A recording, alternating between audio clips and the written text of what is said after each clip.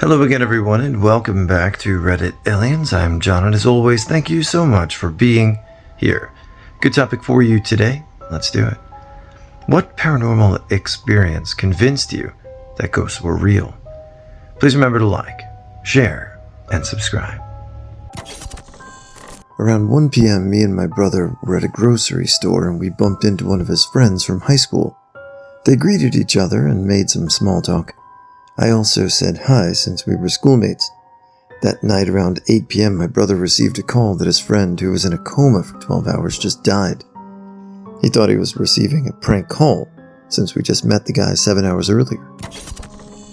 The day my grandpa died, my grandma asked me to stay the night because she didn't want to be alone. It was a very hard day for everyone, especially her. I didn't have that much knowledge of ghosts or paranormal because I was 13, and I never got into that stuff until later. I go into the guest bedroom and get ready for bed. As I'm laying down trying to sleep, I get sad thinking about the day we just had and how much I was going to miss him. I said a prayer and ended it with, "I love you, Papa. Good night." 1 second later, I hear his distinct voice say, "Good night." I leap out of bed and run into the living room, turn on the lights and TV, and just sat there, trying to figure out what just happened. A few hours later, my grandma came out, and I told her what happened.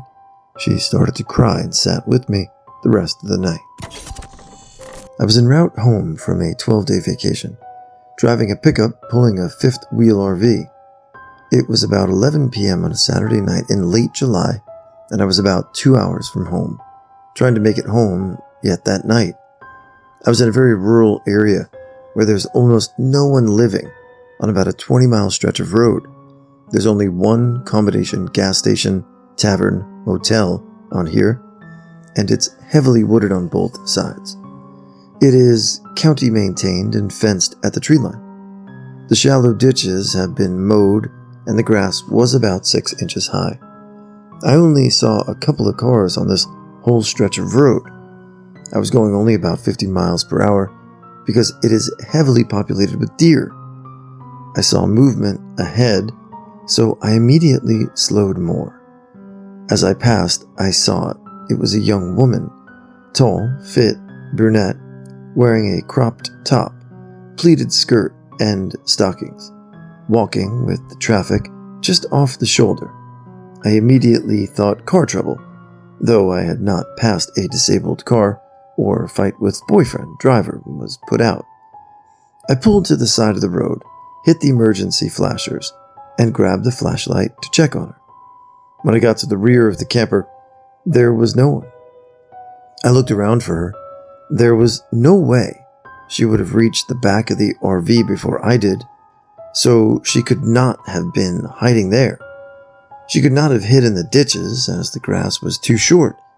She could not have made it to and over the fence without a light in the little time it took me to get to the rear of the RV. I looked where she had been walking, and I saw no sign that the dew on the grass had been disturbed.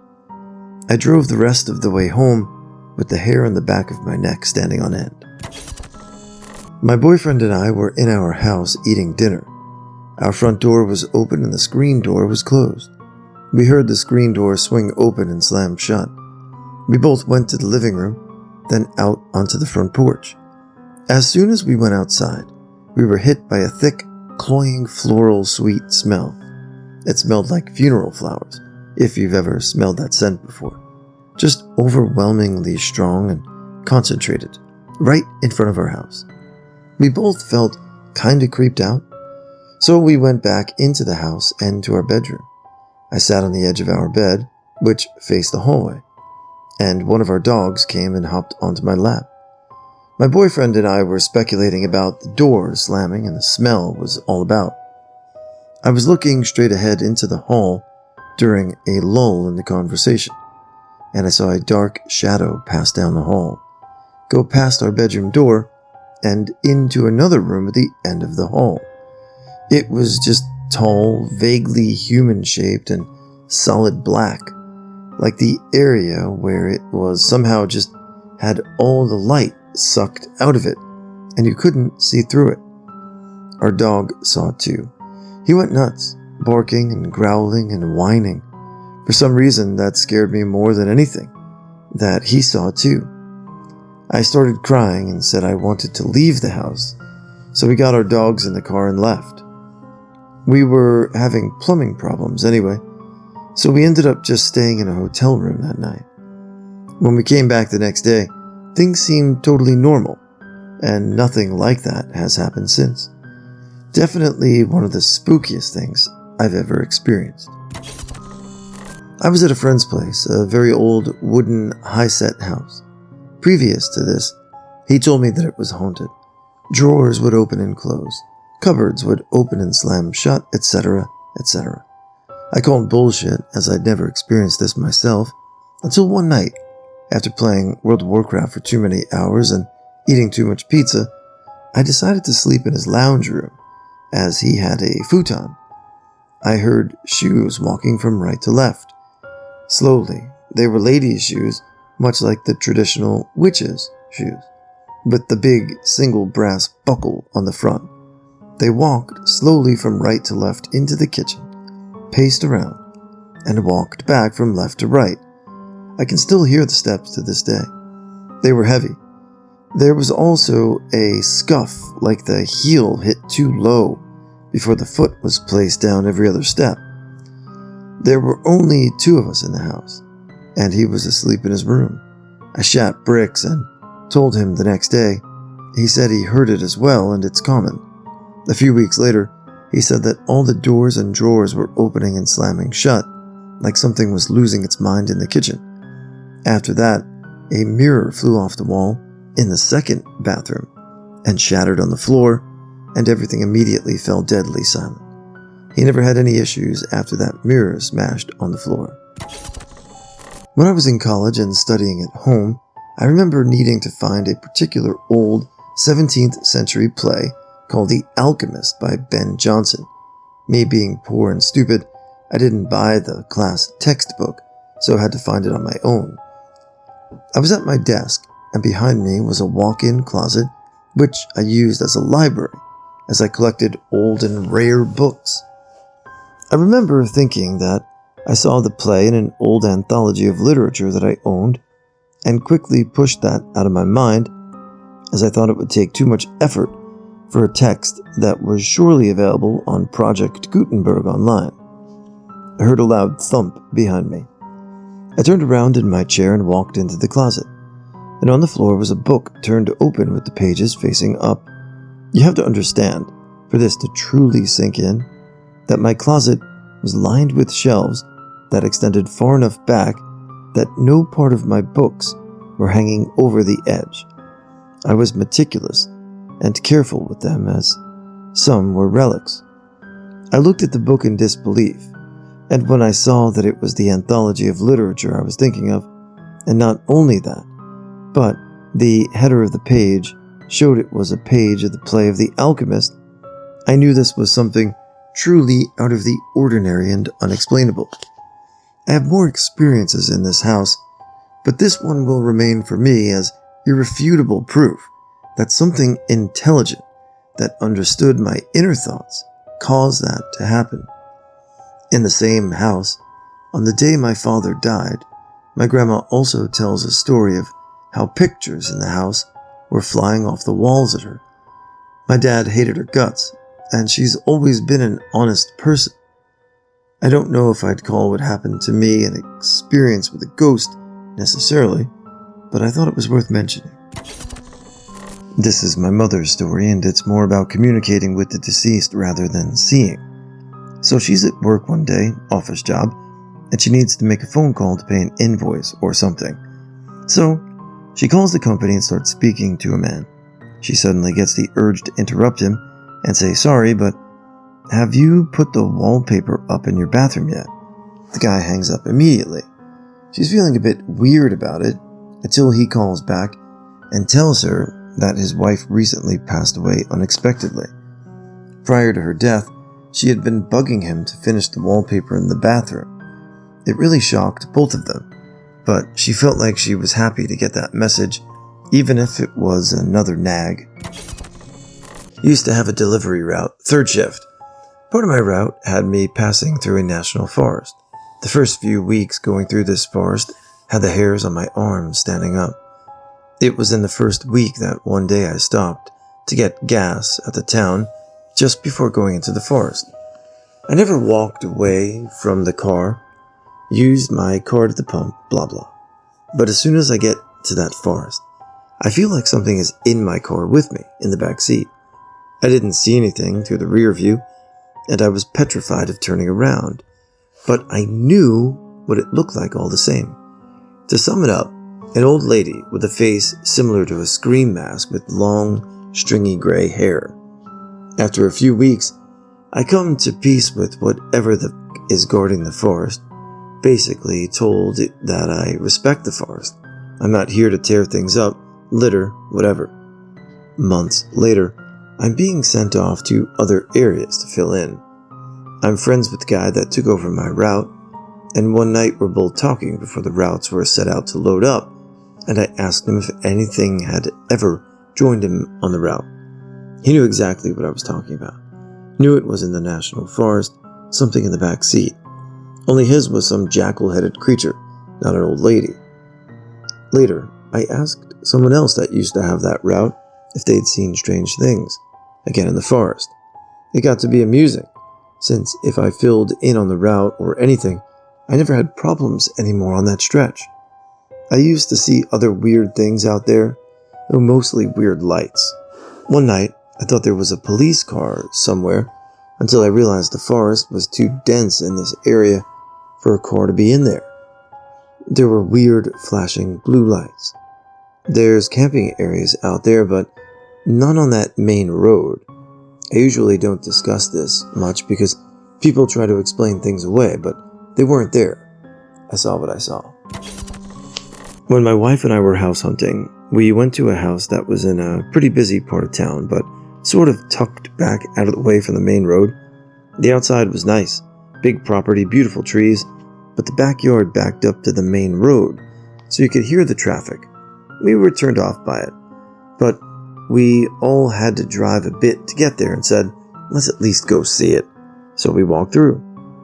The owners had already vacated for the most part, other than staged furniture for showing. The upstairs was meh, old carpets, outdated wallpaper, ancient kitchen. We weren't impressed. But we kept moving through, knowing we could talk down the price based on what we saw. The last thing we had to see was the basement, which you got to through the back of the kitchen. When I got to the top of the steps, I felt something. Maybe it was spidey sense, I don't know. I'm not really a sense things kind of person. My wife is very open to the supernatural and paranormal, and she felt the same thing. I stood on the top step and just felt this weird feeling. The feeling is hard to describe, but it legit made me stop in place.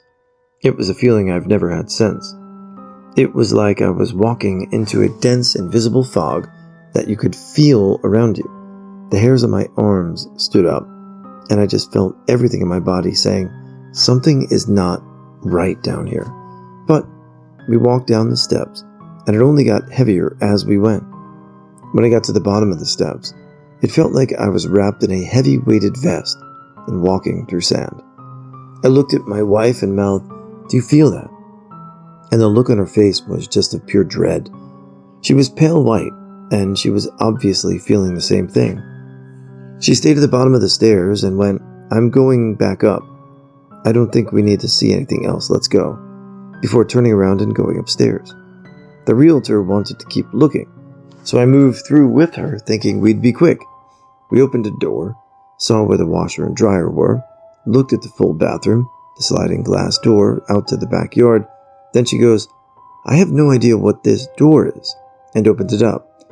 It was a flush panel heavy metal door and frame that were painted to match the wall. We both thought maybe it was a fire safe, since it had such a heavy door, and there were multiple locks on the outside. I mean, heavy locks. We opened it, and the room inside was maybe 5 foot by 5 foot and was completely made of poured concrete, but it didn't look professionally done to me. It looked sort of sloppy and not quite smoothed out properly like a professional installation. It had 4 metal support poles in each corner of the room, about 3 inches from the wall, and they had clearly been recently painted white. The concrete floor and ceiling were painted gray, and there was a new metal drain covering that was dead center of the room. The walls, I swear to God, those walls looked like they had been filled in with wall putty, like they were covering holes, but they weren't hole marks, like they threw a glob on there and then smoothed it out. It was long, drawn-out patches. The first thought I had was, that looks like scratch marks being covered up. I looked at the walls and the poles, and you could clearly see there had been something rubbing against the poles, like the metal had scratches in the poles themselves. The feeling I had when I was looking in that room, it made me sick to my stomach, like some evil demonic shit went on in there. If I had just seen a picture of the room, I wouldn't have thought anything of it. But being there, in person, the way that room made me feel, it was like something was kept in there. Something alive that wasn't meant to be in there. I could have easily looked at a picture, even if someone pointed things out and been like, maybe it was a BDSM room for the owners. But it wasn't a feeling of this room was for mutual enjoyment, if that makes sense. I closed the door, and when it shut, I just got this overwhelming sense of panic, of fear, of getting run, and I could feel shivers going up and down my spine. It was like something was standing right behind me, breathing down my neck. It wasn't my realtor. She was standing next to me, speculating the room could have been a makeshift fire safe. But the overall feeling and impression was that it definitely was not for good intentions. We started to leave, and we heard what sounded like a low moan, like someone was in pain, but there was nowhere for the noise to come from. We could see the entire basement from where we were, and there was nothing. So we just went, maybe the wind outside, and started to move up the stairs. We made it to maybe the 4th and 2nd stair respectively, and the door to the basement, that had previously been opened and held open by a door jamb, slammed shut behind us, like someone took the thing and used their full force to slam it closed. The realtor looked back at me and goes, "I guess the air kicked on and forced it closed." I was like, yeah, that's probably it. And we made our way up the stairs. When my wife and I were leaving, we sat in the car for a moment, and I looked over at her and went, "Please tell me you felt that too." She goes, "Babe, I'm so glad you couldn't see what I saw." I asked her what she saw, and she said that the moment I got downstairs, there was a black thing, not a cloud or image or anything, but there was just a black, transparent shadow behind me.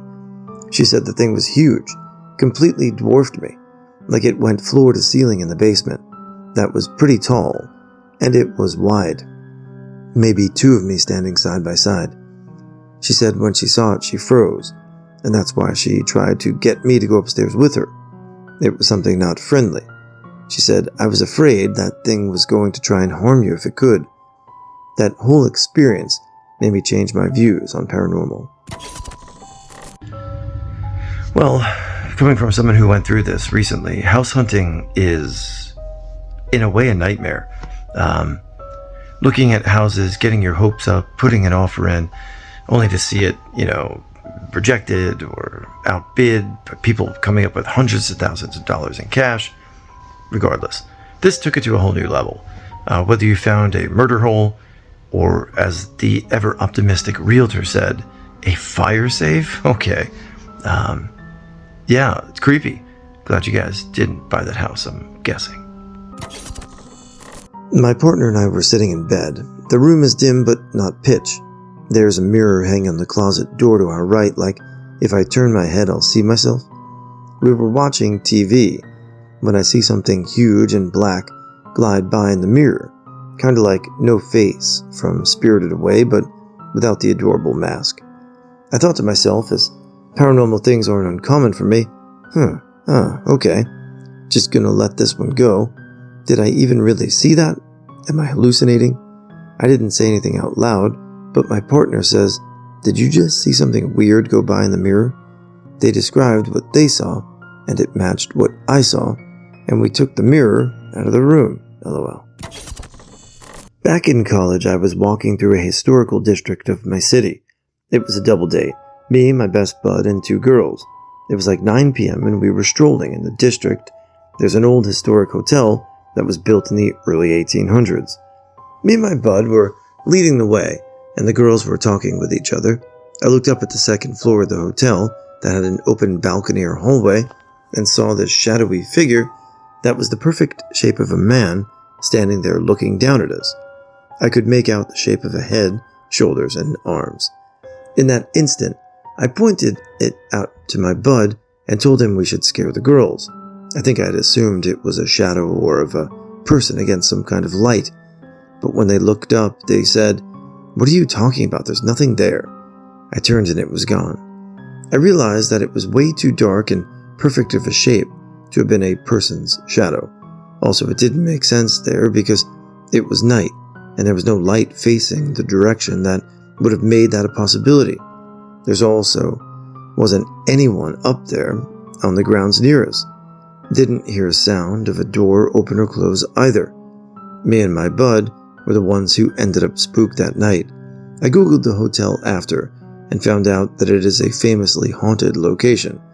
There have been a few ghost hunting shows that have been there. Apparently the ghosts are friendly though. My granddad passed away in 2018 and I was visiting my nan's house on the 1-year anniversary of his death. In the middle of the night I woke up facing toward the wall and I saw a figure kneeling down by the edge of the bed which looked exactly like him. I completely froze after I saw him. About 2 seconds later, the figure stood up and walked out the door. His passing was the first time I'd experienced losing someone close to me, so he was probably just making sure I was doing okay. This had to be around 2009 or 10 in the Thumb region of Michigan. One of my good friends bought a huge Italianate farmhouse built in 1876. Well, naturally we explored the house. It sat empty for a long time. We found a dried up cistern under the floor, but it was filled with children's shoes. That was creepy, but whatever. When we started to demo, that is when things started to happen. Nothing crazy, but the lights would turn on, even though we knew for a fact we turned them off, and doors would slam. My friend put some crosses up in the house, and whatever was in the house did not like them. They would get knocked off the walls almost every night, and we started to hear footsteps. The final straw was when this thing growled into my buddy's ear while we were sleeping. He left the house right then and there. I've never seen him scared before, as he is a bigger guy and not easily frightened. My friend ended up moving out completely that day and listed the house. I never met my grandfather from my mother's side. He died 2 months after my older brother was born. When I was 5 years old, my mother, my brother, and I were living at my grandma's house, where my grandfather had a small studio. The studio was always locked because when he was young he hunted deer, and his rifles were stored in the studio inside a vault. My grandmother kept the key to the studio at all times. There was this day when my grandma was away on a trip, and my brother and I were at home with my mom, but she was on the other side of the house while we were playing upstairs. We decided to go to the studio, so we knocked the door, and an old man opened us. He was smoking a pipe while writing something, and we talked about the many curious objects that were in the studio. My mother went to check on us when she heard noise coming from the studio. The door was locked. She managed to get us out through one of the windows that faced the stairs, and once we were outside, I asked her who was the old man smoking and writing in the studio. Her face turned white, but very excited. She answered me, it was my grandma. To this day, almost 20 years have passed, and me and my brother vividly remember that moment. Sometimes we talk about it in family reunions. This is particularly special to me because it was the way I met my grandpa. My parents have a china cabinet that has lighting fixtures inside, so if you wanted the dishware inside could be illuminated. Despite never being used, the cord always remained plugged into an electric socket. Growing up, I was always told stories about how after the death of one of my grandmothers, the lights would turn on every so often, and roses could be smelt in the room the cabinet was in. One of my grandmother's favorite scents, I believe. I was too young to remember any of this. Last year, I was walking through my town's cemetery. I walked this route quite regularly to avoid a busy road.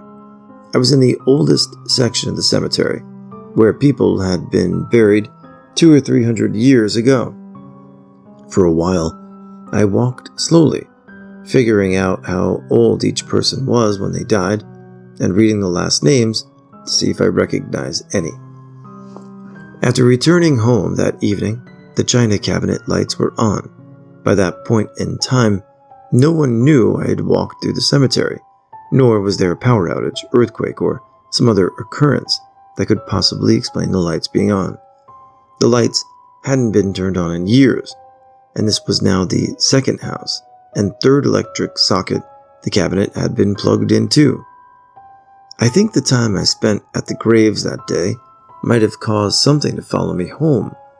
I stopped going through the cemetery as much, and if I did, avoided doing what I did that day. It hasn't happened since. In the weeks that followed, my mom and I smelt roses, despite not having any in the house, nor anyone using a rose-scented fragrance.